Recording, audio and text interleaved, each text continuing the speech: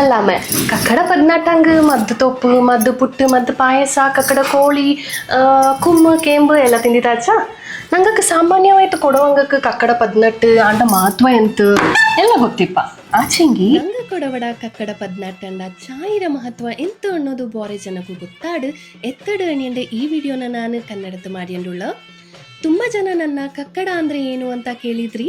ಹೇಗೆ ಆಷಾಢ ಮಾಸ ಇದೆಯೋ ಹಾಗೆ ಕೊಡವರಿಗೆ ಕಕ್ಕಡ ಮಾಸ ಜುಲೈ ಮಧ್ಯದಿಂದ ಆಗಸ್ಟ್ ಮಧ್ಯದವರೆಗೆ.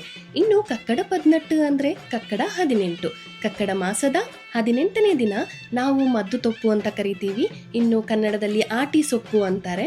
ಈ ಸೊಪ್ಪಲ್ಲಿ 18ನೇ ದಿನ 18 ತರಹದ ಮೆಡಿಸಿನಲ್ ಗುಣಗಳು ತುಂಬಿರುತ್ತೆ ಅಂತ ಹೇಳ್ತಾರೆ. And it is scientifically proven.